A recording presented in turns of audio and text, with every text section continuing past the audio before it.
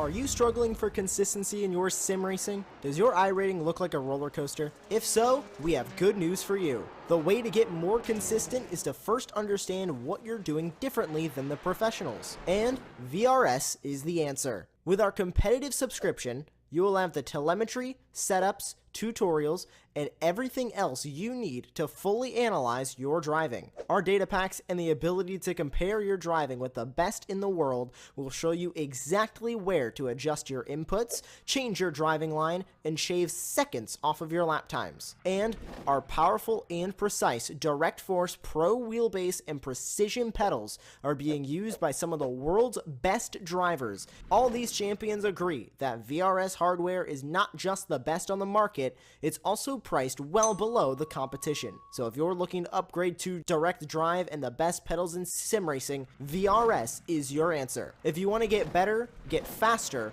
and make it happen sooner rather than later, you owe it to yourself to find out why so many people are switching to VRS. You'll be so glad that you did. Visit www.virtualracingschool.com and learn why the best use VRS.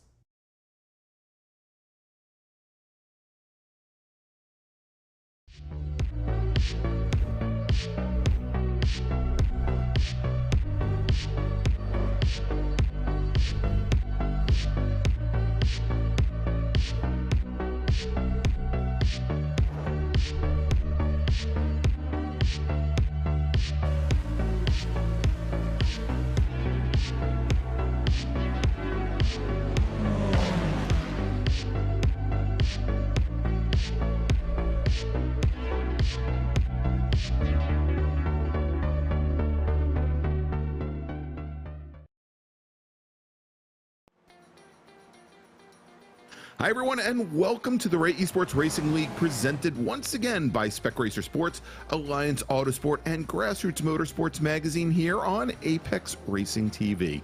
Over the course of our 9-week regular season and then the winner-take-all championship event, we hope to bring you some of the best racing in 3 different classes well known to club racers here in the United States: Spec Miata, Spec Racer Ford, and the Formula 4 Formula Cars. I'm Greg Ginsburg, and joining me in the commentary booth tonight will be Tim Cox, and we've got John Robertson in the virtual production trailer. And this week we head west to California wine country and scenic Sonoma Raceway. In its 55th year of operation, this 2.5-mile, 12-turn circuit nestled into the mountains of Sears Point has almost 160 feet of elevation change from its lowest point to its highest. And when you combine its short straights and a lack of heavy braking zones, passing definitely will be at a premium here tonight. It's a venue that no doubt will challenge our Spec Racer Ford and Formula 4 racers to the utmost in their 20-minute sprint races. And as for our Spec Miata drivers, they're going to have to wait a week, some would say lucky for them,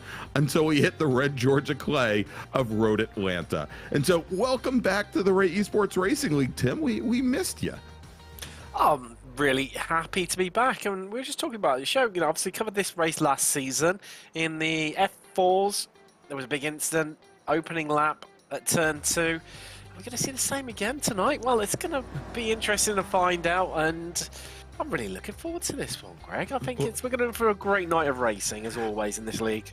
As always, and we have some great racers. A lot of these racers actually coming off of the iRacing official virtual, I think it was called the iRacing SCCA virtual runoffs presented by SimLab a couple this past weekend.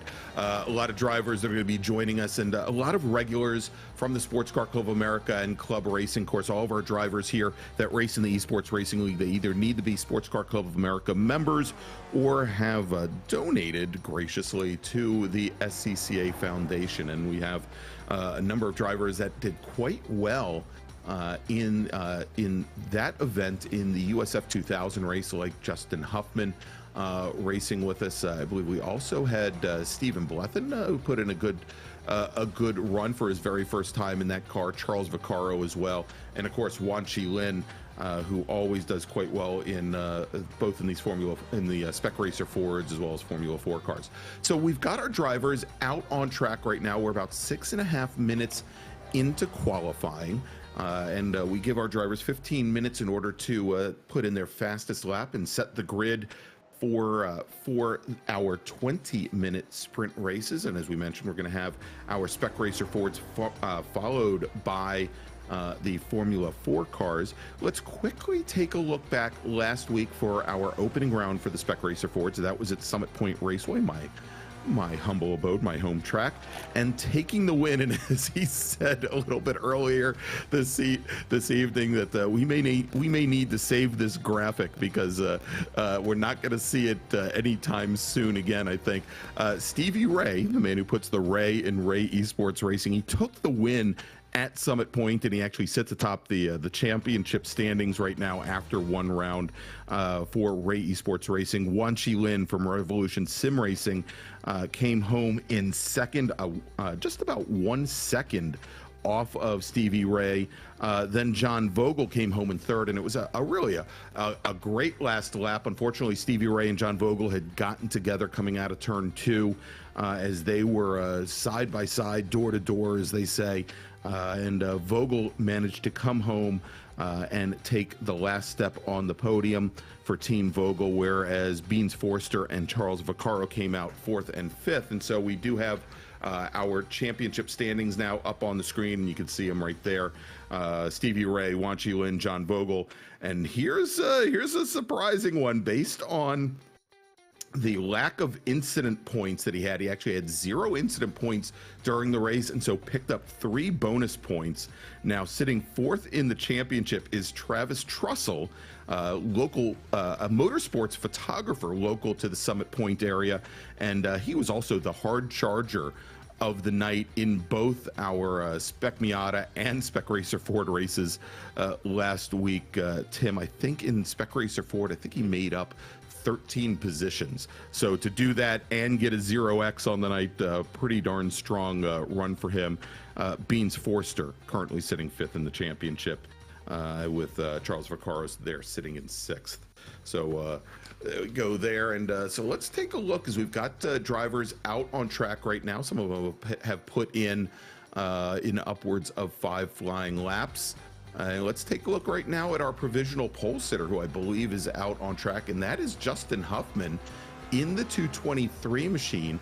Fast time for him, a 143.31, Tim, almost a quarter of a second up on Beans Forster in the 231.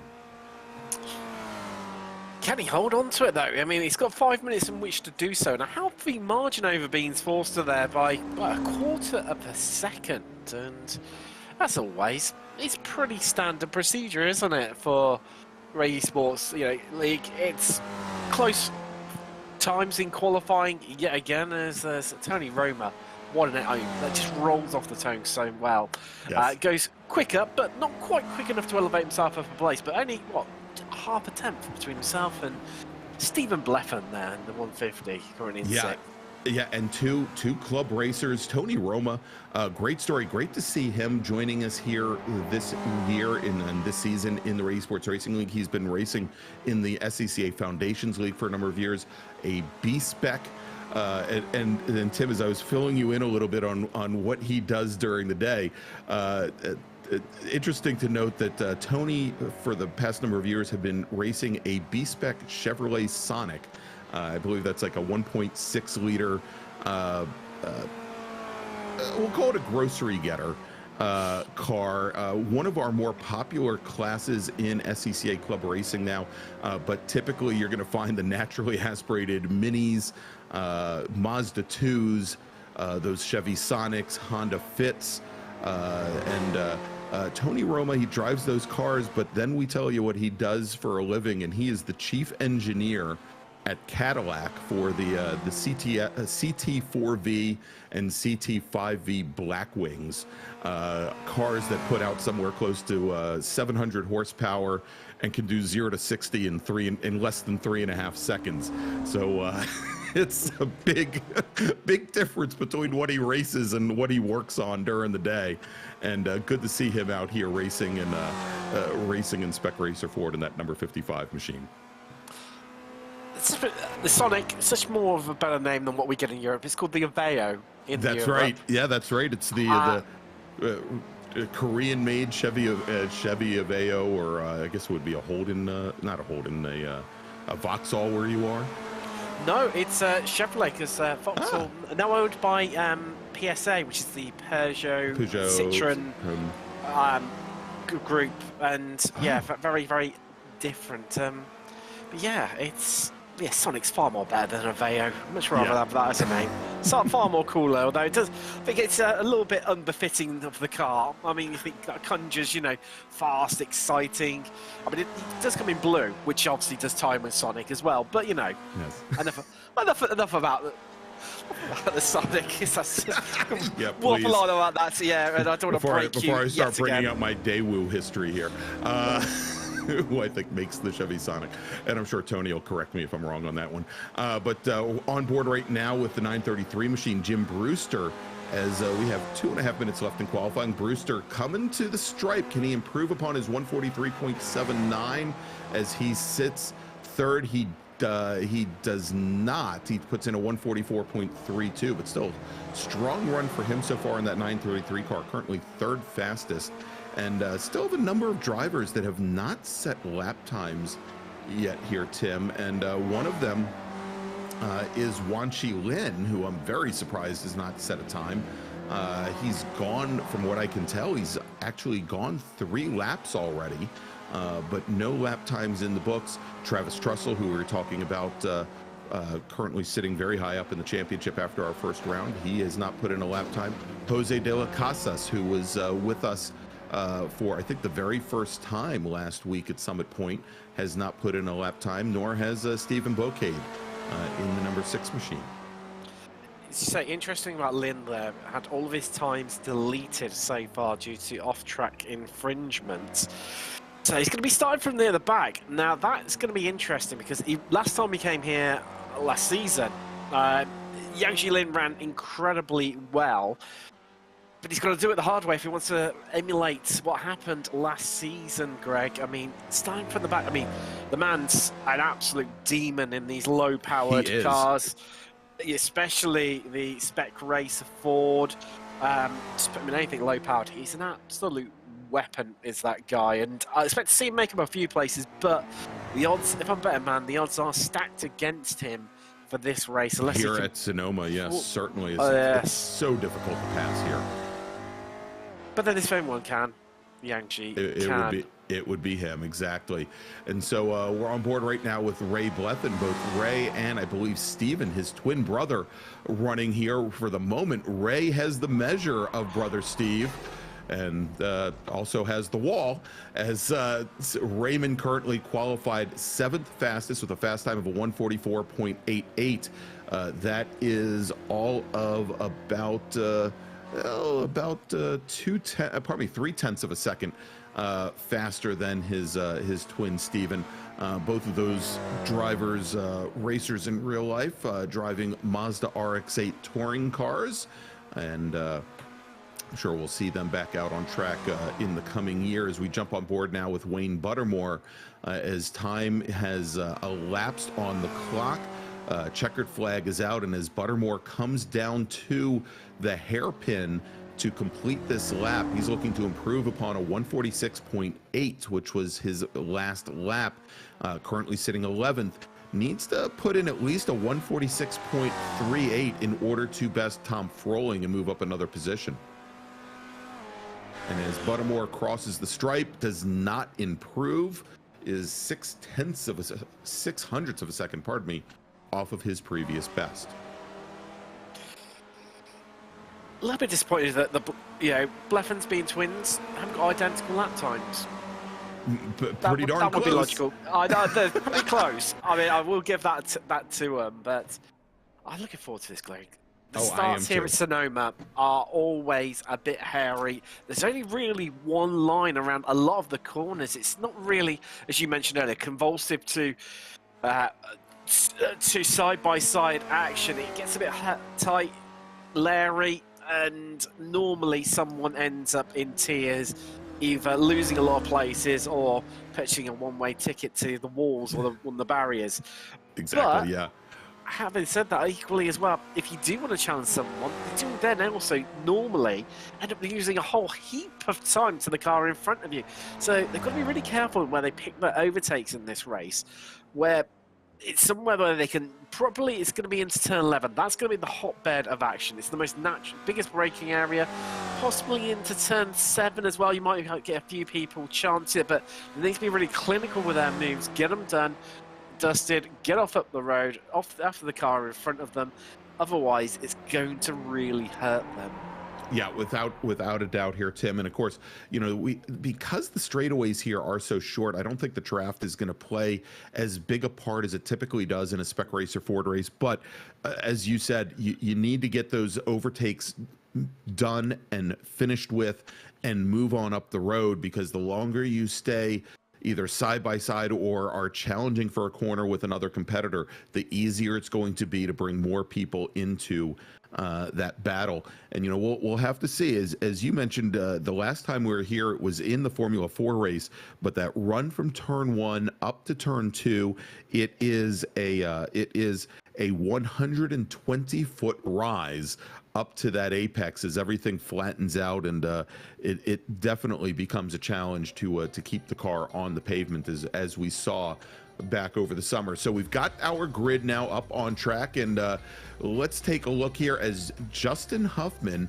is going to be your pole sitter. Fast time for him in qualifying, a 143.314. Beans Forster is going to start right beside him on the outside of row number 1 in the number 231 machine. Jim Brewster and Charles Vaccaro will make up row number 2. They start 3rd and 4th.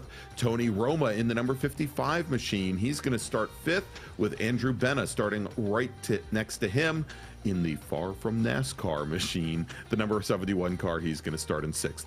We've got the Blethen brothers on row number 4. Ray to the inside in the number 2 car. Steven to the outside in the 150 car. Ray's got about 2.5 more years of experience on iRacing, but as we've seen, Steven has been picking it up pretty darn quickly. Joaquin Effinger, he's going to start 9th tonight in the number 700 machine. Tom Froling will start in 10th. Wayne Buttermore is going to start beside Greg Miller. Miller's going to be on the inside of row number 6, starting 11th. Buttermore going to be starting on the outside, starting in 12th. And then let's move over to our drivers that did not put in qualifying times. Wanshi Lin in the 5-star Motorsport number 30 machine. He's going to start lucky 13 tonight. Travis Trussell, he's going to start 14th. Jose De La Casas is going to start 15th tonight, and Stephen Bocade is going to start in 16th position. We're just looking at, we're waiting on a few drivers. It's namely the guys at the back. So Trussell, De La Casas, and Bocade, who are yet to grid up. I wonder whether they're going to see them. So not far away. Well, here come the lights, Greg, and they're going to pull away on the safety car. And well, if they choose to join, they will be starting from the pits. Indeed they will, as the pace car is now underway, and it looks like Wanshi Lin did make the grid.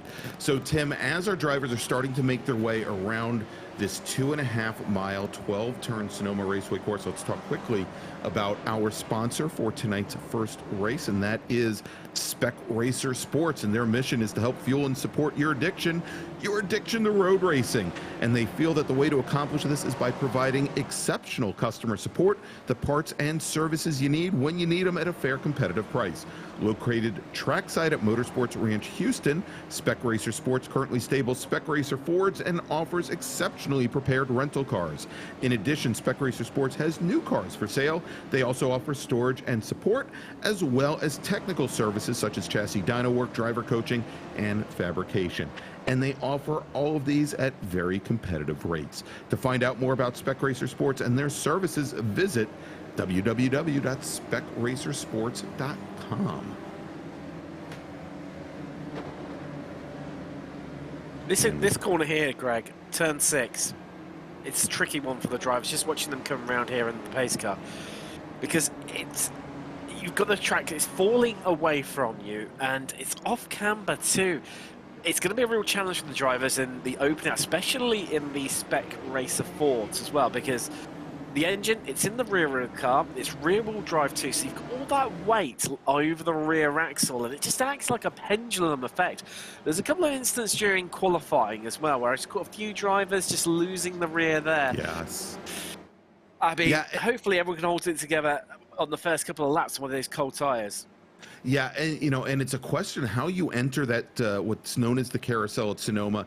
A lot of drivers in the Spec Racer Fords, you'll see them take a very late turn in. They'll have a very late apex, about 2/3 of the way through, so that they can carry speed onto the back onto what is actually a portion of the drag strip there. But if they decide to stay very tight to the inside, maybe try and attempt to pass there, I think they're going to find it's going to be very difficult to keep the rear end of their Spec Racer Fords underneath them, especially as they try and carry speed. As we come now through the hairpin here at turn 11, you can see the pace car now is on pit lane as we have Justin Huffman. He's going to lead the field around that last little kink, that turn 12, and they're going to come up to the starter stand, and an early green flag is in the air, and we're racing here at Sonoma as we have two wide. We've got Justin Huffman, we've got Beans Forster going side by side up the hill, and it's getting awfully tight there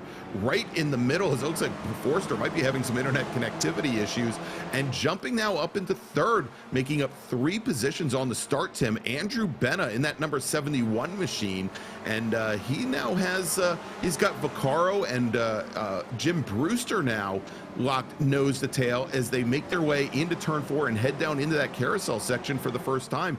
And you said it, if you don't get that passing done early, you're going to end up losing a lot of ground, as looks like Stephen Blethyn in the 150, he's probably going to lose the most ground.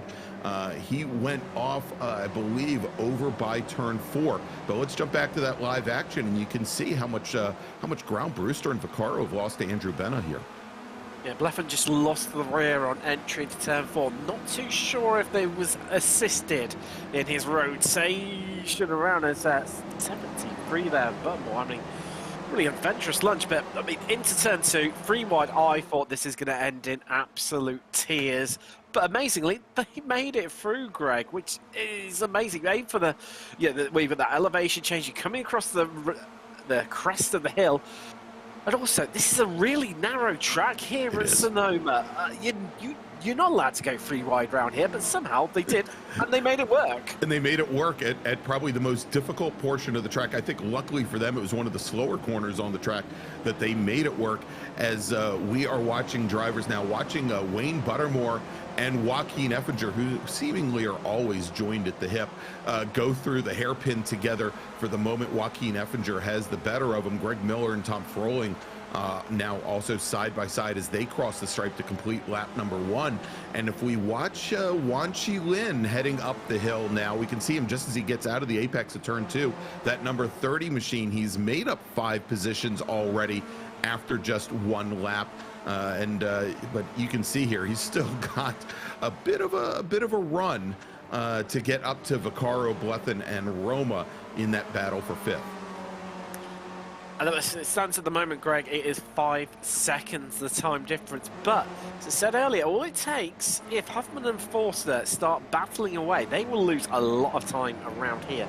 If they're clever about it, they'll work together and they'll go for last 2 laps or last lap shootout, as that is Lynn running wide there, but amazing, he holds on to it and still carries a lot of momentum. And as opposed to that late apex I was talking about at the carousel, that was the early apex, which the other offshoot of that is it'll send you into the sand, drivers right across the gravel trap there. But we're watching this now, this pack here with Brewster, Blethyn, Vaccaro, Roma, and Lynn. But at the front of the field already, Tim, if we jump up, you'll see here a breakaway with our top 2 drivers, both Huffman and Forster. And I think you said it, as long as they don't start to battle, they may be able to hold off Andrew Benna, who's about 2.5 seconds back. So I think the challenge for Beans Forster is probably not going to be to challenge our leader for probably another 5 minutes or so. Greg, that's Lynn. He's already picked off 2 of them, and he nearly picked off 3 of them. Well, all 3 of them, in fact, as they came down into 11. I tell you, he's in absolute full attack mode. That's now 7 places Lynn has gained, and I'd tell you, I think it's only time realistically before he's past Charlie Vaccaro in that 2-2-1 machine. Yeah, I think, and now Vaccaro, a Spec Racer Ford driver in real life, but if we take a look at the relative lap times right now, Lynn on that last lap was almost a full half second faster than the 221 of Vaccaro. And, you know, you take a look, the next driver up in line there, Charlie Brewster, who does not have the benefit of the draft, seems like he's all by himself. Oh, he's locked up. Oh, and there, well, that'll make it easier if you have Charles Vaccaro coming out of turn 5, heading down into the carousel and running wide into the sand and dirt. And that is going to drop him now all the way back to 8th place, and a distant 8th place there, Tim. I mean, you mentioned about Lynn's lap time there, Greg. It's made it all the more impressive, that time, by the fact that A, he came off the track on the exit out of 6, and also he was overtaking drivers, which slowed him up as well. For me, what's going to be interesting is probably not this lap time, but the next one, in fact, where he's got, you know, plenty of open space in front of him. He's got, what, around about 2.9 seconds ahead to Jim Brewster. What sort of lap time can he set? Forster last time around set the fastest lap, 143.62 was, wow, that's Brewster and, sorry, Forster even set that fastest lap time, as that's Brewster and Bennett having a right go on one another, and yeah, that's Brewster through, isn't it? That is, and so Brewster, who ran a 144.2 on the previous lap, got underneath Andrew Benna going into the hairpin. Benna, I think, may have just gotten the braking wrong and went very, very wide. And went to take a late apex. Brewster was just able to do the over-under and go right on past him. I think the only faster drivers than Brewster currently, well, I would say Wan Chi Lin, who puts in a 143.7, and then our 2 leaders, Huffman and Forster. And we're on board right now with Forster as he, going down through the carousel, has the position on our pole sitter, Justin Huffman. We'll see as Huffman has to take the longer way around that carousel, is now going to slot into 2nd place. And so Beans Forster, who last week at Summit Point, West Virginia, finished 4th after being very, very competitive, but having some very difficult moments going off track at Summit Point, is now your leader. Wow. Vaccaro's just made it past Roma. Oh, that was someone running incredible. I think that was Roma, in fact. Roma. Yeah. He's dropped 2 places, so he's gone from battling with Vaccaro to now losing, what, around about 4 seconds and being behind Effinger and Raymond Blefford. And you're only saying before the race, you're a bit worried. Might be a bit bland, might be a bit PG around here, but I'll tell you what, these guys are having a right raw go at it here. And they are. And this little section of the course right here is we're watching Effinger and Blethen, and now you can see the amount of ground that Roma makes up just with that side-by-side racing between Vaccaro and Blethen. That little twisty section there between turn 7 and down into turn 10. Also, it's not a section of track that you expect drivers to go side by side in. It makes it very difficult to navigate, but these drivers having a good little scrap and doing it. So last time around, Lynn, new fastest lap of the race, 143.3, which was nearly, what, a second a lap quicker than Forster in the lead. And next quickest driver was 8 tenths slow, which was Jim Brewster. Am I smelling a bit of a last-to-first challenge here from Lynn? Yeah, we may be, and I think maybe even more telling is it was almost 1.3 seconds faster than Andrew Benna, who at this point is only about 1 second up the road. So it's not going to take, at this rate, may not take very long for Wan Chi Lin to make up that ground. And that's very interesting. I don't know if you saw that, Tim, going through turn 7, which is typically a double apex right-hander. We just saw Wan Chi Lin, well, basically blow off both apexes and just take a very wide set through that entire complex. It allowed him to straighten up the exit and carry much more speed than Andrew Benna coming down into that twisty section. We can see here as they go into the hairpin, he is now right onto the gearbox of the number 71 machine. Wan Chi Lin, he's made up 8 positions so far. He's looking for number 9 now. What's really telling as well is in camera shot. That was tight, Wang Chi. Wow, what a move into one. Take a bow. I'll tell you what, I'd doff my cap to him. That was a... You don't overtake that, Greg. No. It was. And I thought he was going to hit the wall. He was... pushing it to the absolute limits and timed it to absolute perfection. But one of the most telling things now in camera shot, you can see the leaders as we're looking at Lynn. He can see them. It's not going to be long before he can almost touch them. I mean, he took a second out of them last time around. That's Greg Miller. And I think, yeah, he's finally putting in the right direction, but he's had a bit of an off there. There you go. So Miller running in 10th currently recovers as we jump back and look at the battle between Tony Roma and Ray Blethen. This is currently the battle for 7th, as Roma had started off the evening in 5th, had that off a little while ago, and now, and Tim, did you call it what happens going down through the carousel? And it looks like Ray Blethen is the recipient. Maybe he wasn't the recipient of that knowledge that you imparted, but certainly the recipient of a little bit of oversteer. Wow, this is Lynn already onto the back of the 933 of Brewster. Wow, I tell you what, Lynn looks so much more composed. Brewster there, you can see the car really squirreling around, especially the rear end, Greg. And Brewster knows he's in a bit of trouble here and he's going to lose the podium, because you see that defensive line there into 11 that Brewster took, but that's going to compromise his exit off the corner. And it's all coming together nicely for Lynn right now, and time is on his side, Greg. We're only just over half race distance. He's still got another 9 minutes here. Yeah. Something's happened to Effinger as well. I think he's had a bit of an incident, but I'll tell you what. Wow. I mean, what do we know? I mean, he's John, he's taken the rule book, he's ripped it up and thrown it in the bin, and on he goes again. That's onto the podium for Lynn. There you go. So he gets around Jim Brewster, and 10 positions to the good now for Wanchi Lin, as he is up into 3rd position. And more importantly, he's lapping at about 0.8 of a second faster than Justin Huffman in 2nd. Let's take a look. I think we've got the replay here of Joaquin Effinger as he comes through turn 10 and gets under braking going down into the hairpin. Hopefully he didn't hit those big those bundles of tires, which are like stone. That wasn't so bad. He just he overcooked a little bit into the hairpin, got it gathered back up. But you know, just like going through the carousel there, you've got to be with these Spec Racer Fords, Tim, and we've said it often. You have to be very careful and very gentle with your transitions from brake to gas. Otherwise, you really risk. It's certainly not as bad as the old Gen 2 Spec Racer Fords with the bigger, heavier motors in them. But you know, you always run the risk of having the rear end of that car beat you to the apex, which you don't want to have happen. No, definitely. I think using the term "beat" there, it used to beat you up a bit and punish you for any mistakes. Yes. Of course, these new Gen 3s, they've got sequential gearboxes in them as well.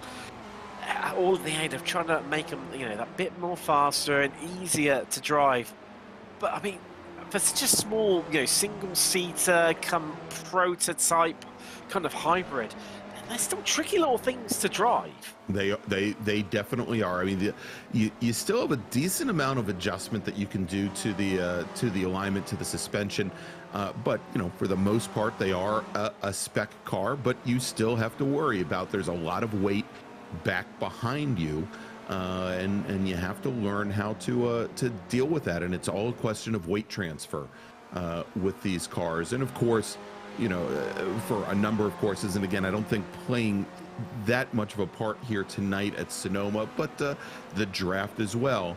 You know, these are silhouette bodies. These fiberglass bodies were designed in the early 80s, and not exactly the most aerodynamically efficient bodies. They make for very good racing, though. However, and these chassis, although they've been updated somewhat, also are tube frame chassis that have been in use or were first originally saw the track in 1984, and so they haven't had a lot of change here. In, you know, we're coming up on what? We're coming up on 40 years here pretty soon. That's what makes the racing so great. It's so accessible. As you see Huffman having a bit of a lunge there. That's really lost him a whole bunch of time there, Greg. He's lost about 3/10 over Beans Forster out in front, and he's gone from being right onto his bumper to Forster having some fresh air, a bit of breathing space. It's just looking at the lap times.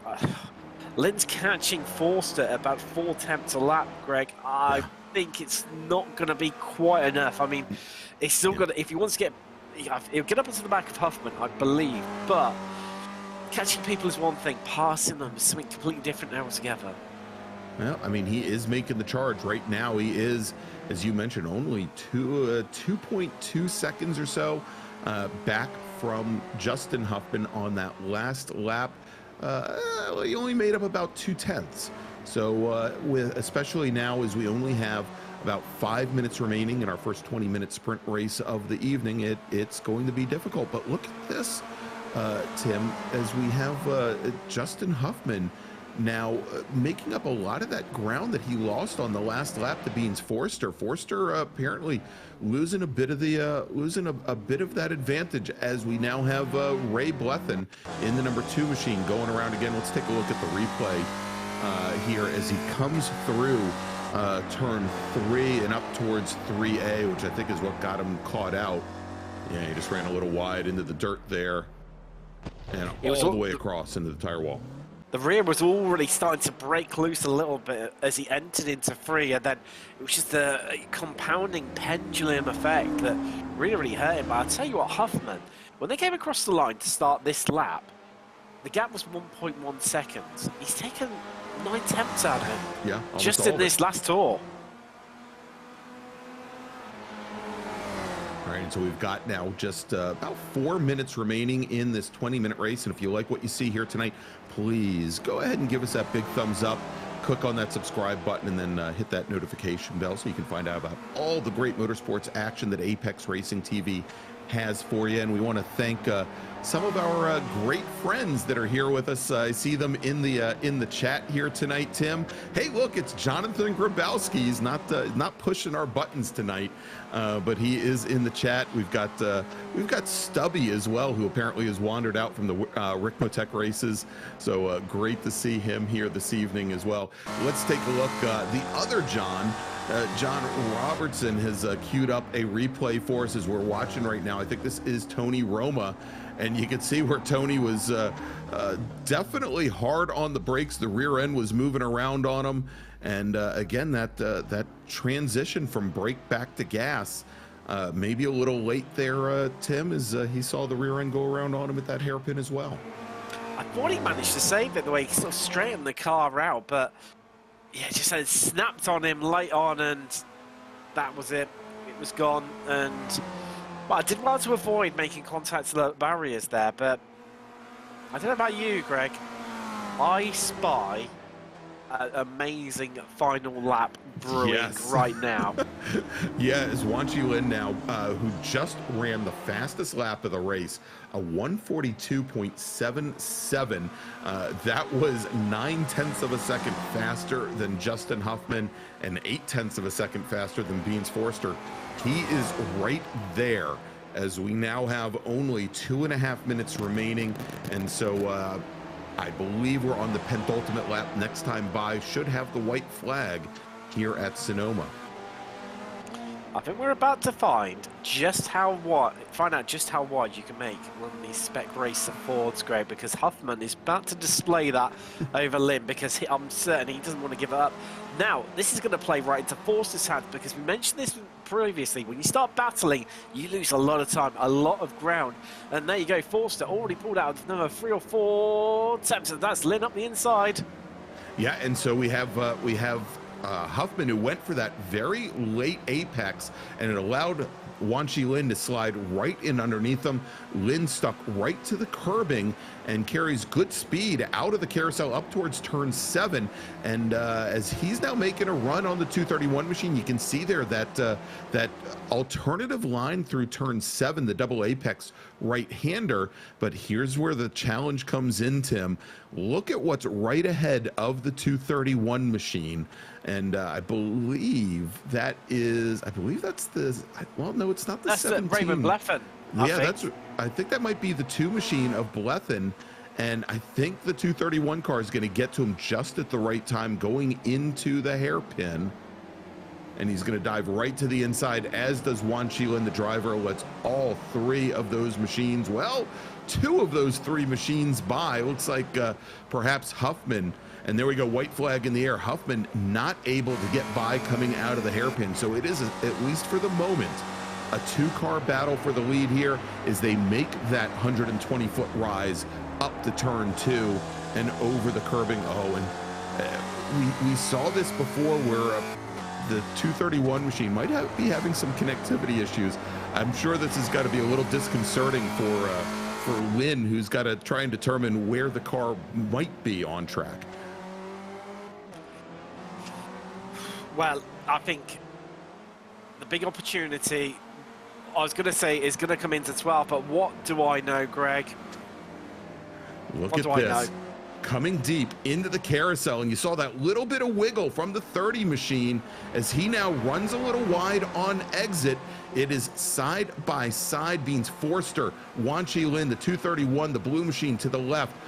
Wan Chi Lin to the right as they come into that double apex turn 7, and this time Wan Chi Lin protects that apex, doesn't allow the 231 car to come underneath him. So alternative entry and exit to that corner compared to the entire rest of the race. But for the moment, Wan Chi Lin has command of this race, and the 231 machine of Forster, he's got one move, I think, and that move is going to be to try and outbrake the 30 machine going down into the hairpin. And you can see there the 30 machine getting very defensive coming out from behind the drag strip tower. It's going to be the race to the line, Greg. Here we go. But I think Lynn's done enough, hasn't he? Look, he's got a brilliant exit. And he does, carries good speed out of the hairpin. And as they round turn 12, if he doesn't loop the car around, Wan Chi Lin takes the win here tonight at Sonoma Raceway in Spec Racer Ford. Our hard charger of the race starts at the back of the pack, makes up 12 positions, and in 20 minutes and in 13 laps, finds his way to the lead, to the win. Forster comes home in second. Justin Huffman, our pole sitter tonight, will end up on the last step of the podium. Jim Brewster will come home in fourth. Charles Vaccaro comes home in fifth. Andrew Benna, after that amazing start, putting him up into third place on the very first lap, he comes back to finish right where he started, finishing in fifth. Joaquin Effinger will finish, Benna finished sixth. Effinger finishes seventh. Greg Miller makes up 3 positions tonight. He comes home in eighth. Stephen Blethen in the 150 machine, he will come home in ninth. Well, you know, I don't want to go out on a limb yet because he hasn't crossed the stripe yet. But assuming he keeps that car on track, he should come home in ninth. And Tom Froling, we'll see. And there you go. Miller crosses the line. And there's the 150 machine of Blethen. He's got one more corner. Yes, I was not proven wrong. He will come home in ninth, and I think Tom Froling, who's, I believe, our final driver out on course, there he is in that purple number 16 machine. He will come home in 10th. There is one more. Travis Trussell, who's... Oh. He's got the memo very, very late, and he's come out and done 2 laps. But he's come out and done them, so, you know... And he has climbed 2 places because of it. So, you know. Hey, and after being the hard charger 2 races in a row, maybe he thought that 2 laps was all he needed. But Travis Trussell brings home the car in 14th position. So there you go. Wan Chi Lin, Beans Forster, Justin Huffman, your top 3. So Tim, we've got Beans Forster sitting in the waiting room here. Let's bring in the driver of the 231 machine and hear his thoughts on how that race went. Beans, welcome along. I mean, the battle you had between yourself and Justin lasted pretty much the entirety of the race until Yangji came along and really, really, you know, spoilt the party. I mean, just sort of talk us through, you know, the first sort of half, you know, 2/3 of a race where you two were really, really going at it. So it was almost, if Caleb were here, it would have been a replay of last year. And I remember from last year when Wan Chi and Caleb were battling in the first half of the race, I was able to catch up to them. So I figured let me just sit here behind Jim and wait for Jim to make a mistake, and then I'll just get past him there because I don't want to fight too hard. Because I was trying to keep Wan Chi back, but it looks like I didn't do that well enough. To be fair, he was on such a charge that it was almost, I think it was almost impossible to do. It was just in fine form today. But I mean, obviously heading across into F4 very shortly. How do you fancy his chances? Can you go one better? Can you be on the top step of the podium? I'm gonna try. The F4 is not really my car. I don't drive it a lot. I'm more comfortable in the SRF, but I'm gonna give it a shot. I'm gonna see how we can do. Well, all the best of British to you. That's that being Forster, who finished second in the 2-3-1 machine. All right, there you go. Thanks so much, Beans, for joining us. And doesn't look like, I think Juan Chilin, he might be a little bashful tonight, or might just be saving up all his energy for that Formula 4 race. So, Tim, why don't we do this? Why don't we take a little break, and we'll get set up for our second and final race of the evening, Formula 4s here from Sonoma Raceway. You are watching season number 7, the fall tour of the Ray Esports Racing League, and we'll be right back.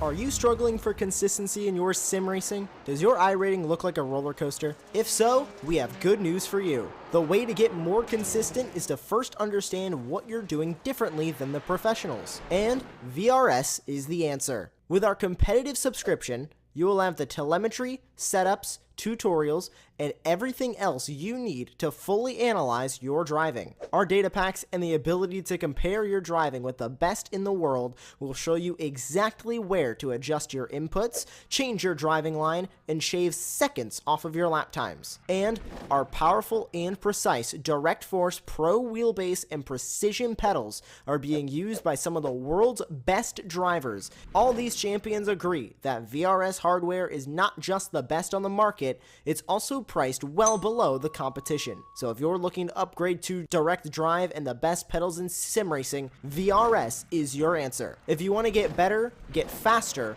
and make it happen sooner rather than later, you owe it to yourself to find out why so many people are switching to VRS. You'll be so glad that you did. Visit www.virtualracingschool.com and learn why the best use VRS.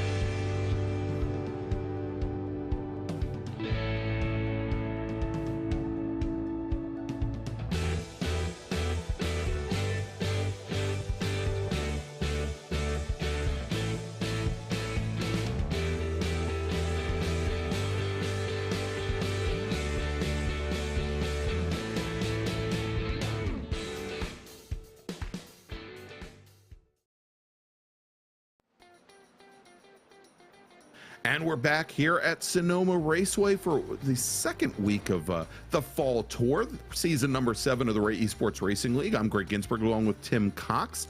And great finish there, Tim, in Spec Racer Ford. I'm hoping for more of the same in the Formula 4 machines as they are out for qualifying right now. And we're about halfway through their 15-minute qualifying session, actually a little bit more than halfway through. So let's quickly, so we can get back to them, talk about Spec Miata, the class that is not racing this week. As I mentioned at the Open, they'll be back with us next week at Michelin Raceway Road Atlanta. But quickly to recap, Beans Forster, who we just talked to a second ago here, took the win in Spec Miata with Murphy Nichols finishing second at Summit Point. Margin of victory for Beans, 65/100ths of a second. Robert Kucera coming home in third, about a second back from there. And then we had Darian Taggart and Deacon Greenfield coming in fourth and fifth. And want to congratulate Deacon Greenfield, got his first podium in SCCA road racing this weekend at New Jersey Motorsports Park. Came in third in a very heavily contested Spec Miata field. And so if we take a look at the points now, again, this is with just one round in the books for Spec Miata. It's Forster, Nichols, Robert Kucera, Darian Taggart, Deacon Greenfield, your top 5. And then Skip Brock Jr. had joined us as well. Skip, a Spec Miata driver from down the South Atlantic way, and I'm sure he will definitely be joining us when we get to Michelin Raceway Road Atlanta. I believe that is his home track. And so this being the very first outing of the Formula 4 cars here this season for the Ray Esports Racing League, just wanted to recognize our season champion from season number 6. That was Morgan Burkhardt, garnering 125 points over the season. Caleb Patry coming home with 117 points. And Tim, I was talking about that iRacing official SCCA runoffs event last weekend at Virginia International Raceway. Caleb Patry in the USF 2000 race set the iRacing world record at VIR in that USF 2000 machine. So I wanted to congratulate him. Unfortunately, it doesn't look like he's joining us here this weekend. Caleb just getting his first taste of real life SCCA road racing as well, driving an Acura RSX, or probably, Acura RSX, otherwise known to you as a Acura Integra. I believe a 2002, 2003 Integra, to a win in his first outing at Blackhawk Farms. And speaking of which, Caleb Patry was our Summer Tour runoffs winner when we were out at, I believe that race was at Summit Point Raceway. So congratulations again to Caleb, as we are now 10, almost 11 minutes into our 15-minute qualifying session. And here is maybe the surprise of the night for me. Not so much a surprise to see him at the top of a leaderboard, Tim, but a surprise to see him at the top of this leaderboard. DJ Alessandrini, who, to my understanding, his first time in one of these Formula 4 cars was about an hour and a half ago. He is currently your provisional pole sitter, and provisional pole sitter over Beans Forster by about a half a second? Well, a second and a half, nearly, in fact. Yeah. Greg, we're normally used to doing that. I mean, I'm going to come out, put my old man hat on here, Greg. I mean, these damn whippersnappers. I mean, barely, only driven the car briefly, and then all of a sudden, bang, on pole, not by a little bit, by, a few hundredths or a few tenths, nearly 1.5 seconds. He's just gone purple in Sector 1, no improvement in Sectors 2 and 3, or 4 even, but it doesn't show you just how far off he is of his previous time, so that could be literally thousands off. I mean, what a talent Alessandri is proving to be. The fact he can just pick this up and all of a sudden go this quickly. I mean, I was going to say previously, Caleb Patry, I think a lot of the field would be glad that he's not here today because they might stand half a chance. And then Alessandri rocks up and blows everyone away. And I think it would have been a great battle between himself and Caleb Patry. Yeah, definitely. I think it would have. And you know, here's maybe a dark horse. You know, we saw Wan Lin start from the back of the field in Spec Racer Ford and work all the way up to a gold medal and to a win. I see Morgan Burkhardt in the session here. He has not turned a lap. He has not done anything. He has not put the car on track. But that number 40 machine, it just seems to be kind of lurking there. I would suspect with less than 2 minutes to go in the session, he's not going to be putting in a qualifying time. But again, Morgan Burkhardt, our season 6 Formula 4 champion, you know, maybe he's looking to see what he can do starting from the back of the pack, maybe taking a little inspiration from Wan Lin. But here with just about a minute and a half remaining in qualifying, DJ Alessandrini, again with a 1.4 second advantage on Beans Forster. We take a look at Beans now in that blue and yellow number 231 machine, looking to improve upon his second place finish, certainly, that he just had in Spec Racer Ford. Although, as you know, he mentioned that this is not necessarily his car, so you know, we'll see what he can do over the course of a long run. Justin Huffman, who is our pole sitter in the previous race in the number 223 machine, he is currently sitting third fastest, about 25 hundredths of a second off of Forster's best times. Then Kevin Sue and Caleb Pocock, your top 5. And it looks like Stephen Blethen looking to both Stephen and Ray Blethen looking to make another run at it here. I mean, with Morgan Burkhardt, so forget what happened for the driver that started last in the last race. Yeah. They ended up winning. You never know. You never know. And as they say, if you don't buy a ticket, you can't win the raffle, Greg. That's and, right. Well, if he doesn't end, you know, well, Vaccaro leaps up 2 places, and Zhu does exactly the same to get himself up into third there. It's really changing these latter stages of qualifying. But if qualifying's anything to go by, Greg, I mean, we're in for a really intriguing battle, because Forster to Bennett, 2nd to 7th, some 7/10 of a second separating those times. That could, for me, could be the really intriguing battle and where all the action's at. Yeah, we're starting to see now is, I think, a number of drivers starting to have some challenges in that transition down the hill from turn 4 down into the carousel. And I think absolutely right. Look at that drift. Caleb Pocock having some issues there navigating the carousel. But now Justin Huffman in the 223 machine, he just checks out of the session, but he puts himself back up in the 3rd position, leapfrogging Kevin Sue, puts in a 130.29. That is 2/100ths of a second off of Beans Forster. And DJ Alessandrini, he is nothing if not consistent. On his last lap was all of 4/100ths of a second off of his last time, and now crosses the stripe. DJ Alessandrini putting a stamp on his dominance of qualifying, puts in a 128.80, and that is now only a full second up on the rest of the field.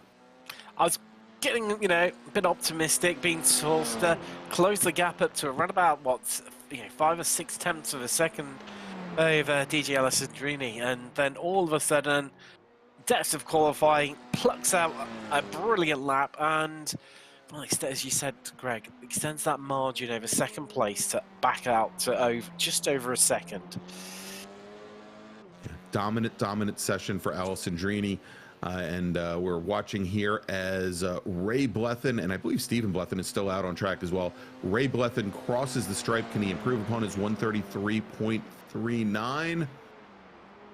No, it doesn't appear as though he does.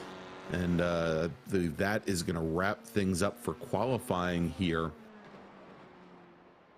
in Formula 4 in the Esports Racing League. I'm sure they're going to have him pit in just a moment as we get ready for the grid for our 2nd and final race of the evening. Again, if you like what you see here tonight, please give us that thumbs up, click on that subscribe button and that notification bell to find out all the times that Apex Racing TV goes live on YouTube. You can also find us on Instagram, on Twitter, and on Facebook. Search for just one word, Apex Racing TV, although I think that's 3 words. But yeah, just 1 word. And we'll let you know about all the great motorsports action that we have. Tim, why don't you give us a starting grid for tonight's second race? Absolute pleasure. As mentioned, DJ Alessandrini, great qualifying from the young American out of Ohio, starting on par with Beans Forster joining him on the front row. Justin Huffman has Kevin Zhu for company on the second row, with Charlie Vaccaro and Caleb Pocock starting alongside one another on the third row of the grid. Andrew Bennett hoping for a bit more of a better race this time out. He starts with Stephen Bleffen alongside him on the fourth row. Stephen's twin Raymond starts just behind him, but be on the opposite side of the grid and 1 row behind in ninth. Rocky Neffinger joins him on the fifth row and rounds out your top 10. Wayne Buttermore, he's got Russ Lundberg for company on the sixth row with Travis Trussell, last driver to set time in qualifying. He starts 13th. Morgan Burkhardt hasn't taken to the track yet, still has time. Well, didn't set the time to qualify. He will be starting dead last, as we mentioned previously. Lynch started last time, and he went on to win. Can Morgan emulate that? Well, only time will tell. He's running out of time, and I'm not sure he's going to take to the grid. If not, he will have to start from the pits. And that may be the case here, as he still has not arrived. And we're getting ready to roll off now. And here we go. Pace car is underway. And right behind him, our pole sitter, DJ Alessandrini, along with Beans Forster. So as the field now is making their pace lap around this 2.5 mile, 12-turn course here at Sonoma Raceway, let's talk about the sponsor for tonight's final race of the evening, and that is Alliance Autosports, based out in Columbus, Ohio. They've found success both at the club and professional levels, garnering multiple championships, including 8 SCCA National Championships, 3 SCCA Pro Racing Championships, as well as a USF 2000 National Class Championship. Alliance Autosports team members are dedicated, hardworking, and they know what it takes to win. Alliance's SCCA Enterprises Great Lakes Division customer service representative for Formula Enterprises 2, as well as Spec Racer 4 Gen 3, and their services include arrive and drive packages for both of those classes, as well as Trans Am 2 if you want to get into one of those big ground pounders. In addition, they offer customer car prep, trackside support, transportation, storage, part sales, data analysis, and hospitality, as well as driver coaching and development. To join Alliance Autosport on the winning track, check them out at allianceautosport.com. Well, Greg, let's hope we don't see what we saw last season. No. A big incident into 2. That we definitely do not want to see that, and I'm hoping, based on how our opening lap was in Spec Racer Ford, that we have right to be fairly confident. And with that, I've probably jinxed it all. But yes, it would be nice to see as our drivers make their way up that 120-foot rise through turn 1 up to turn 2, and then another 40 feet up to the top of turn number 3. To see them all make it through clean and clear. But, you know, as we saw during qualifying here, Tim, I think this track will definitely present some challenges for drivers, perhaps as the speeds come down and the effects of the wings and the side pods and the downforce lessens. And we've got the pace car now on the pit lane. DJ Alessandrini now has the field. The field not that very well bunched up as they come through the final corner, but we have a green flag in the air for the second time in a row, a very early green flag, and DJ Alessandrini jumps out to an early lead, going through turn 1 and starting to make his way up that steep hill. Bending into second place now is Beans Forster in the yellow and blue number 231. Kevin Zhu gets around Justin Huffman, so moves Zhu up into third, Huffman back in the fourth, and then we've got Vaccaro, who I think was part of that big melee last season. He gets through successfully, as does Andrew Bennett, who gets around Caleb Pocock.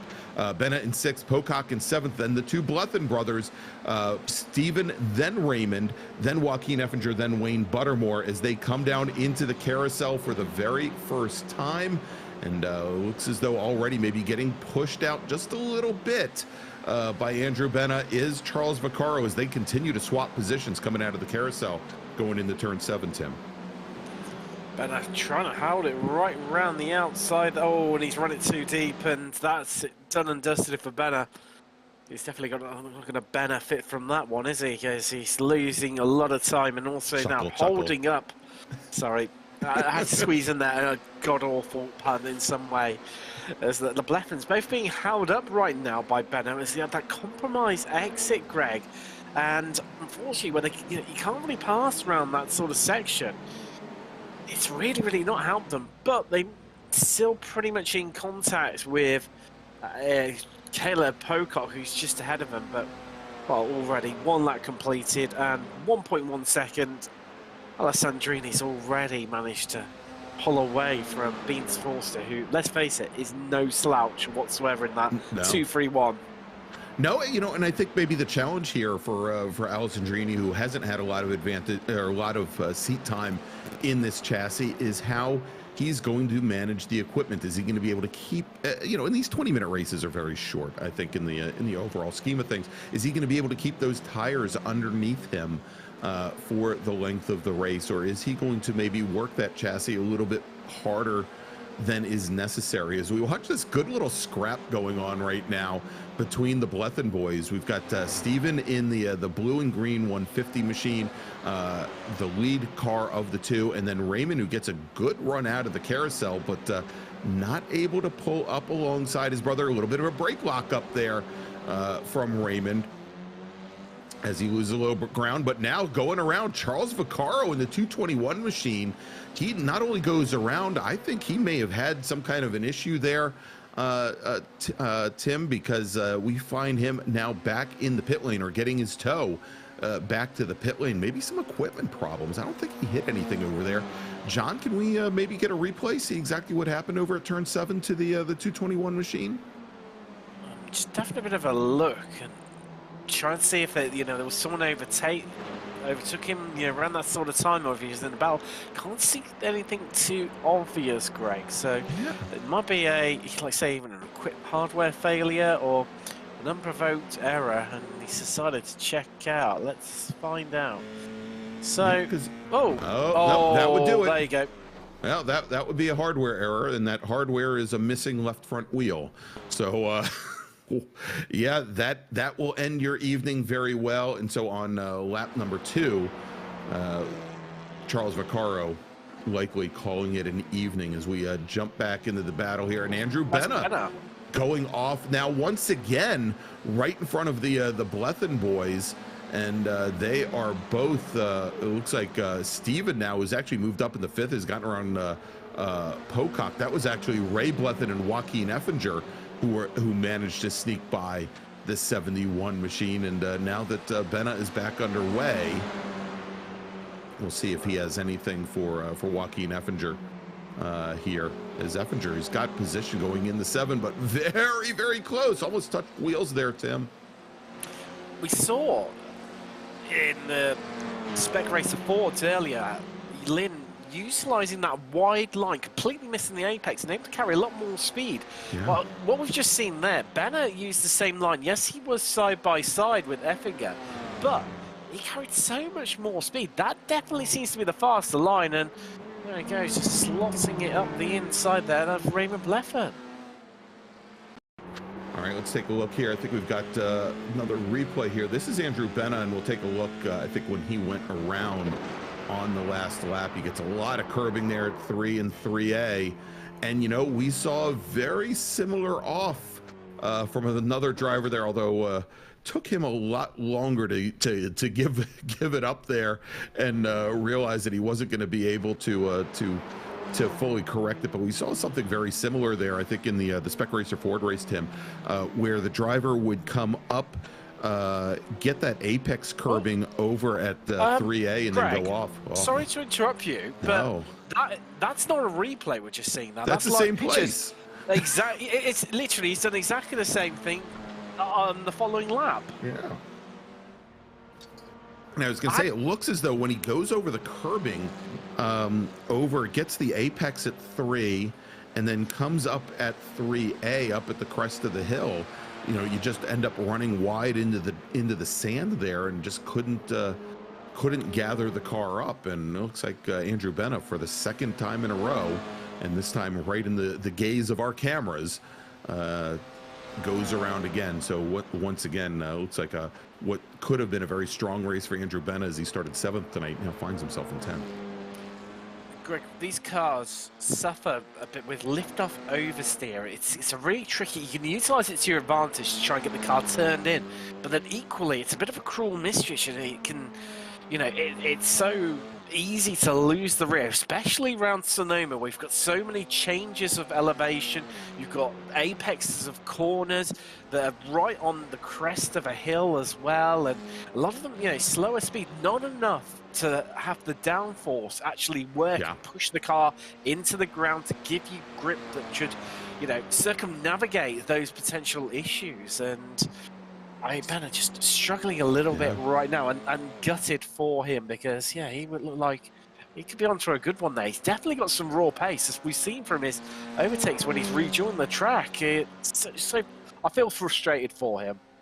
Yeah, I could certainly understand that. And so you've got a car that perhaps, you know, has a limited amount of aero downforce as it is, and you can actually see here, even at the speeds that our leader DJ Alessandrini is carrying, that car will drift and will move quite a bit laterally through corners. And then you have, in addition to that, a very stiffly sprung car. And although the majority of the curbs here at Sonoma are not very steep, there are certain ones here, and we've seen even right here at the apex of 2, depending on how you hit it, it can lift one of these cars up considerably, and without the aero to help push the car back down into the ground, you know, it can send the car around. Ooh, is Andrew Benna making a very late move going into the hairpin underneath Joaquin Effinger, gets the move done. I think Effinger probably saw that coming. I think he did. He sort of moved to defender and then went back onto the racing line, and that's what caused that late dart there from Benna, who was much more confident on the brakes there, able to brake so much more later, and able to get the move done in relative ease in the end. All right, and a great little battle shaping up here with Stephen Blethen, who we saw earlier battling his brother.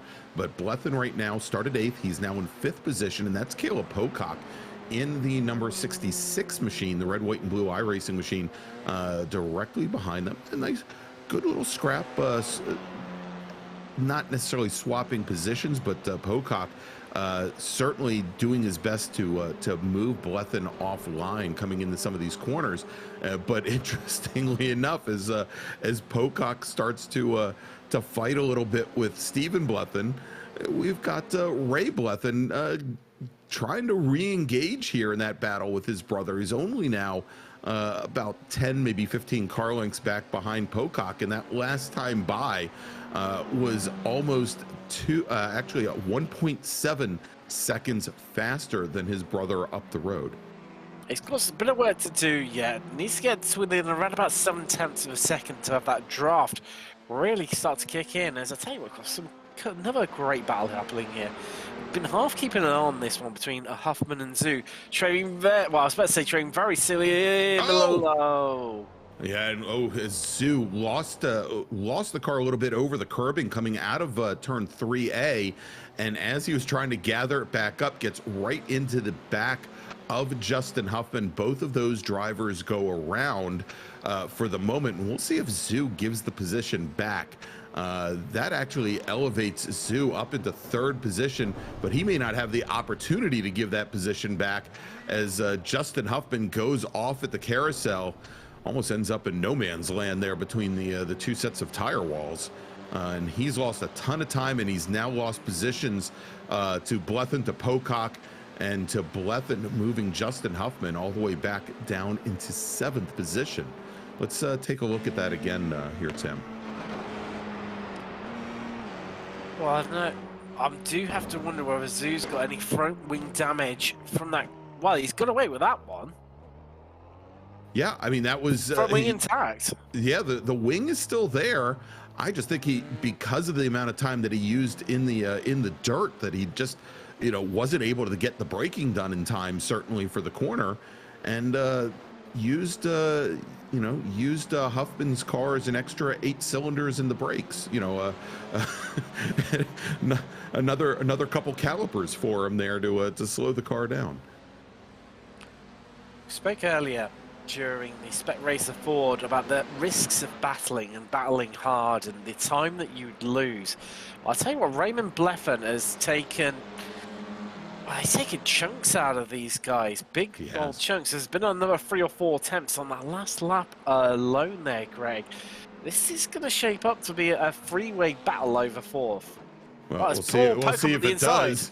Yeah, I was going to say, as we're following now, as we're following Ray Bleffen down the hill, Stephen Bleffen coming out of turn 3A, went off track, went into the dirt, and has given up now 4th position to Caleb Pocock. So dropped Stephen down in the 5th, and with that, Ray Bleffen now is definitely within shouting distance of his twin brother and Pocock as well, and Justin Huffman trying to recover from those multiple offs now 2 laps ago. One under, you know, one you can chalk up to him, one you don't have to. Huffman now trying to find his way back up, maybe up into 4th position as he's starting to close down on the Bleffen brothers. Interesting to see, you see Raymond there skittling the cones out the way. We don't need those on the track. They're just extra conveyance. You do need to be careful though, because they can lodge in the car. Yeah, and it does actually hamper the amount of downforce that is produced by the car and the handling characteristics. So it is a bit of a gamble, you know, skittling those cones out the way. But getting away with it there did Justin Huffman, and it's interesting, you know, what can he do to close up onto the back of these guys? Well, last time around, he was 1.2 seconds quicker than the 3 of them. So he'll be right into this fight, certainly, if not by the end of the last lap, definitely this time next lap, unless he has a little excursion trying to find the rallycross track here at Sonoma like he did a few laps ago. Yeah, exactly. As he returns to the scene of the crime right now, as we watch that fight between Caleb Pocock and the white 66, a little bit further up the road now into braking in the 7, and then the 2 Blethens, Stephen Bleffen, the car just ahead here in the number 150, the blue, white, and green machine, and we're on board with Ray Bleffen in that blue and orange number 10. Again, both of these drivers have been racing together for years. Started off racing Audi coupes back in the late 90s, early 2000s in the improved Touring B class, and they've been racing in Touring 4. Oh, and taking to the pit lane, Justin Huffman. Maybe he either has some damage to the car or he's decided to just call it a night. But Huffman now has checked into the pit lane. His race effectively done now with only about 5.5 minutes remaining. That's going. I was looking forward to watching Huffman close up on the back of these guys, but who needs it when you've got a bit of brotherly love going out on track and the Bleffens going at it hammer and tong? Yeah, and so 2 years ago at Indianapolis Motor Speedway for the SCCA's National Championship runoffs, I believe Ray was on pole, Stephen was qualified 5th. And a number of years ago, back in 2017, I believe, that Ray came home 3rd in the national championships in T4. And of course, I probably got that mixed up. And I'm sure somebody will correct me at some point here in the evening. But they are now side by side going into turn 7. And as they open that up, and, you know, almost by necessity there, you can see as the number 10 machine of Raymond Bleffen gets by his brother, you know, Tim, as Ray had to go wide, had to miss both of those apexes because his brother was to driver's right, he was still able to carry considerably more speed through that corner. I guess when you get kind of trapped in there to drivers right by that curbing. You know, certainly you got to crank the wheel over a little bit more, and you maybe have to be a little bit more judicious with the throttle application, because it's even though it's a double apex, it's still a pretty tight series of right-hand turns there. It definitely is, but missing the apex and taking that much wider line definitely seems to be the power play move here today, Greg, because we saw it previously with the hands of Lynn work incredibly well, and we've seen it a couple of times. It's, oh no, that's Stephen Bleffen off. Yeah, and he now goes off where?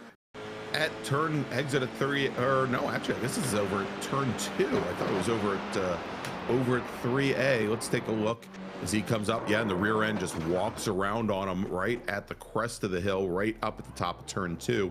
As he still manages to hold on to 6th position. He had enough of a gap back to Joaquin Effinger, but he's given up a ton of ground to Ray Bleffen. Now, interestingly enough, we should just check in briefly with our leader, DJ Alessandrini, who I think before Bleffen spun the car around, we were following on track.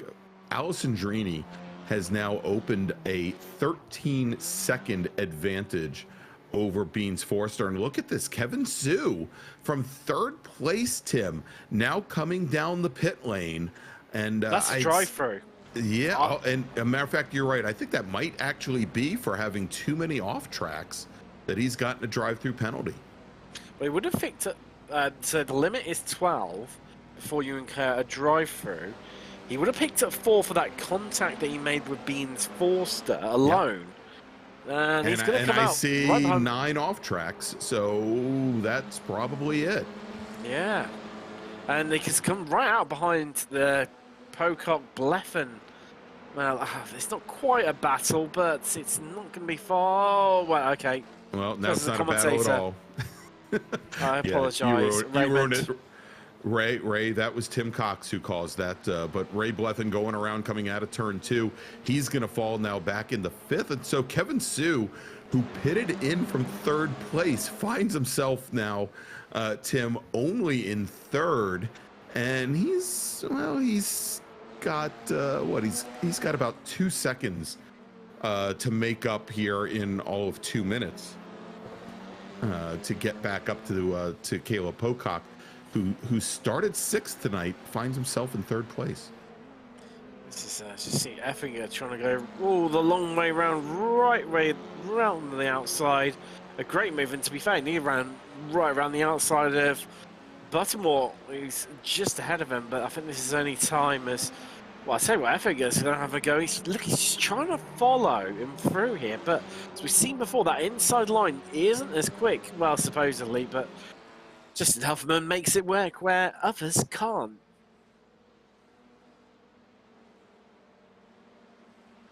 And so Huffman clears both Buttermore and Effinger. So Huffman, who had been up in the top 3, now finds himself back in 4th position as we have only a minute remaining on the clock. Where is our leader, John? There is our leader. There he is, as he's coming down in the hairpin. So DJ Alessandrini, he should be getting the white flag this time by, as we only have 40 seconds remaining on the clock. And there you go, white flag in the air here at Sonoma, our 2nd and final race of the evening. DJ Alessandrini, as he has since the drop of the green flag, Tim, and really all the way back in the qualifying, just a commanding effort from Alessandrini, from the driver of the number 2 machine. I get this nasty feeling if we get a chance to speak to him post-race, I'll probably say he wasn't even pushing that hard. Which is just, I mean, wow.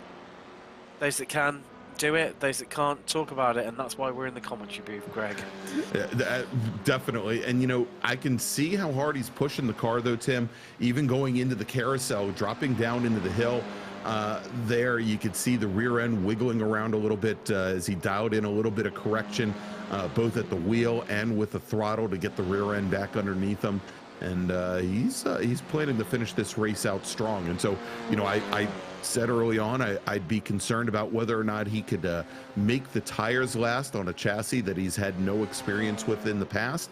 But DJ Alessandrini, he's only got a handful of corners left as he comes back behind the drag strip tower and hard on the brakes coming down into the hairpin turn 11. Just one more corner remains as he's going to come up behind Joaquin Effinger and Wayne Buttermore. He's going to follow them through, giving them an extra lap, but taking the win here at Sonoma Raceway in what I believe is his initial run in the Ray Esports Racing League is DJ Alessandrini, driver of the number 2 machine, coming home in second for the second race in a row tonight.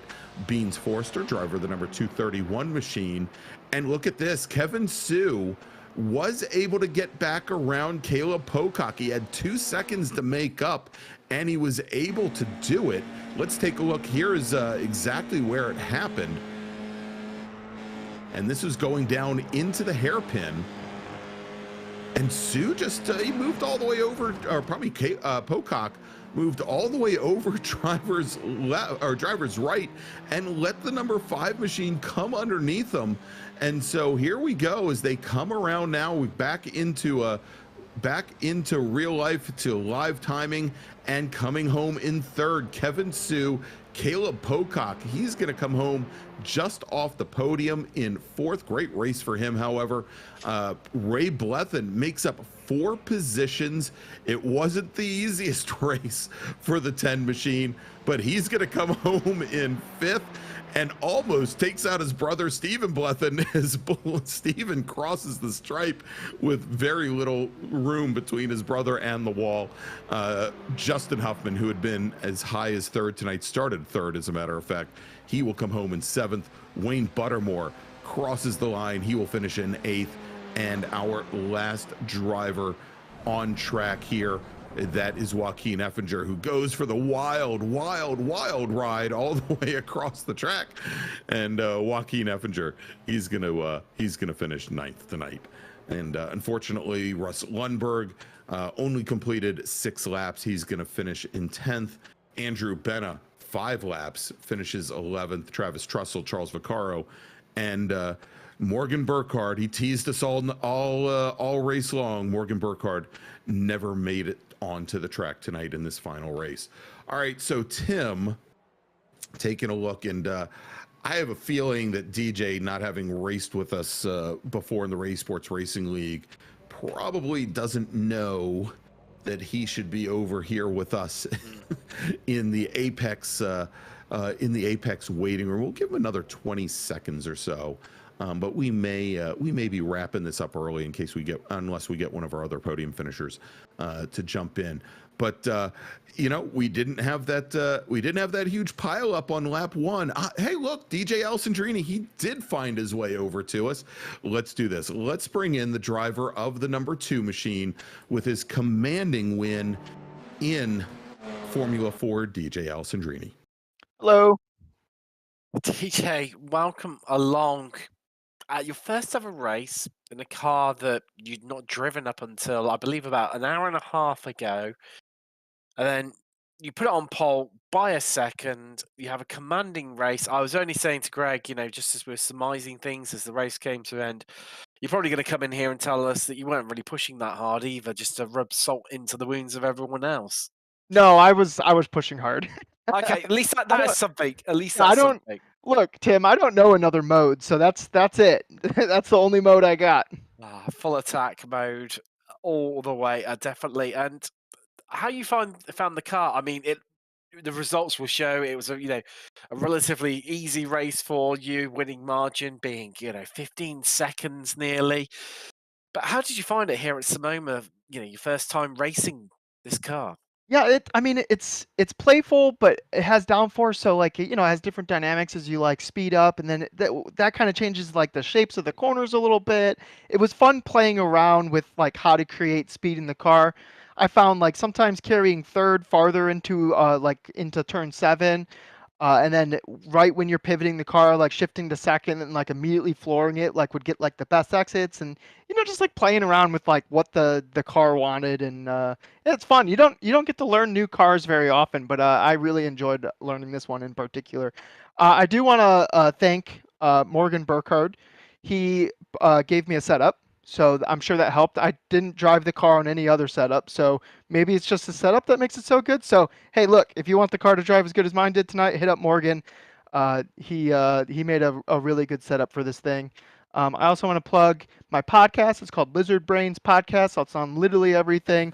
It's me and Pirelli World Champion, IMSA race winner Tom O'Gorman. We have a podcast where we kind of talk about competition, talk about competing. We talk about driving a lot. Sometimes we talk about stuff that has nothing to do with that, like some sour cream hot dogs and stuff. It gets a little weird sometimes, but Greg, you cannot judge it before you try it. Okay, right, go to all right. Sheets, do yourself a favor, get a sour cream hot dog. Yeah, I had fun tonight. So thanks Ray Esports for having me. It was a good time. I know this is racing, but I need to ask. So sour cream in what, instead of like mustard and ketchup? Well, so I mean, it goes with the theory of you put sour cream on anything, it's gonna taste better. And somebody brought up a hot dog, and I know for a fact that Sheets, it's a gas station that's like a made to order kind of thing. It's like a Wawa if you're on the East Coast. 7-Eleven on steroids, like lots of steroids. Yeah. So you can create your own hot dog there. So sour cream hot dog, like I mean, at this point, it's just an obvious choice, right? Look, sour cream is only we went into a long discussion on this in the podcast, but sour cream has only been around for about 400 years now. We are in the golden age of humanity because sour cream exists while we're alive. Consider yourselves lucky. Well, those who have joined in for the racing, there's some education about sour cream. I know. I consider myself lucky just for sitting in on this interview. Well, yeah, I think that's a great way to wrap things up. DJ, congratulations on your victory in your first ever race in this car. Congratulations to you, sir. Thank you. Appreciate it. Thanks, DJ. Hopefully we'll see you back soon for more Ray Esports action. All right, there you go. That's DJ Alessandrini. Let's do this. I'd like to bring in Tim, and if this is okay with John, I want to bring in Kevin Sue, who finished third tonight. Had to take that run down the pit lane with the drive-through penalty. Managed to work his way up back into third. Let's bring in the driver of the number 5 machine, finishing third tonight, Kevin Sue. Kevin, odds stacked against you. I mean, you'd had that cracking battle with Beans Forster. Obviously, the drive-through, that put ham to that. But, I mean, we thought you were done and dusted. You come out of the pits, you're 2 seconds behind Caleb Pocock, and you don't just make up that time. You get past him as well. Where did you find those 2 seconds from with the clock ticking down? Yeah, it seems like on that second to last lap, he just had some struggles to the last half, and I just blew by him coming into the last turn, and that was just it. But I was, barely eking out a little bit every corner before that, and I guess he just had that slip up. I wasn't expecting to get past him either myself, honestly. And obviously, we saw you made a bit of contact as well with Beans. I mean, we were both thoroughly surprised to see that you came out of that with what appeared to be at our end no damage. Did you really feel like you got away with one there? Yeah, for sure. I just gave Justin a bit of a shove coming in and looped us both around, and we came out fine. And we tried to continue racing, but Justin had an issue right after. He did, yeah. Unfortunately, he had to finish further down. I mean, wow. Looking further ahead to the season, how do you think you're going to run, Kevin? Yeah, hopefully I'll be around for some more races. It looks like there's quite a bunch of drivers around my pace, so it'll be nice and fun.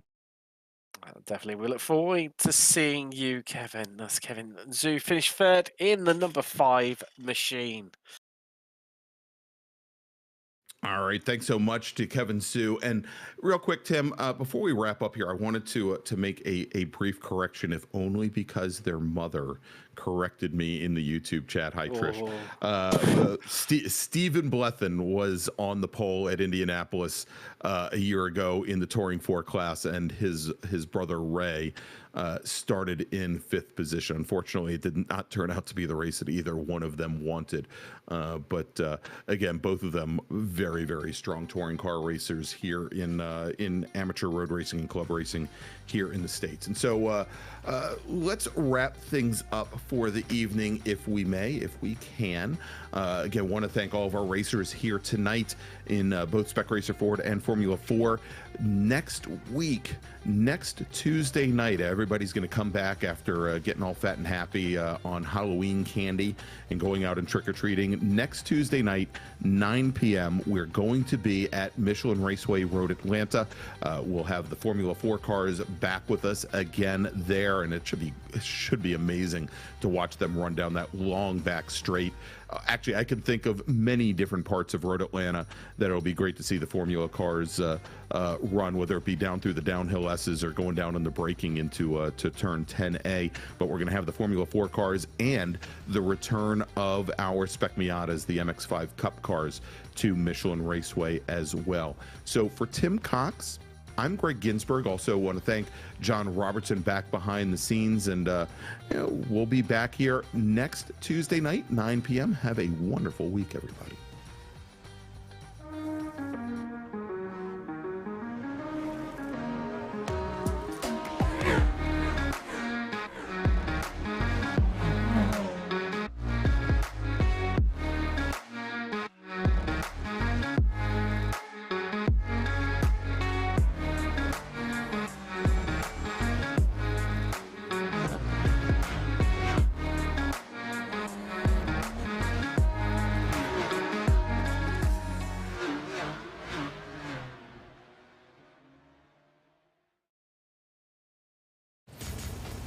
Are you struggling for consistency in your sim racing? Does your iRating look like a roller coaster? If so, we have good news for you. The way to get more consistent is to first understand what you're doing differently than the professionals. And VRS is the answer. With our competitive subscription, you will have the telemetry, setups, tutorials, and everything else you need to fully analyze your driving. Our data packs and the ability to compare your driving with the best in the world will show you exactly where to adjust your inputs, change your driving line, and shave seconds off of your lap times. And our powerful and precise Direct Force Pro wheelbase and precision pedals are being used by some of the world's best drivers. All these champions agree that VRS hardware is not just the best on the market, it's also priced well below the competition. So if you're looking to upgrade to direct drive and the best pedals in sim racing, VRS is your answer. If you want to get better, get faster, and make it happen sooner rather than later, you owe it to yourself to find out why so many people are switching to VRS. You'll be so glad that you did. Visit www.virtualracingschool.com and learn why the best use VRS.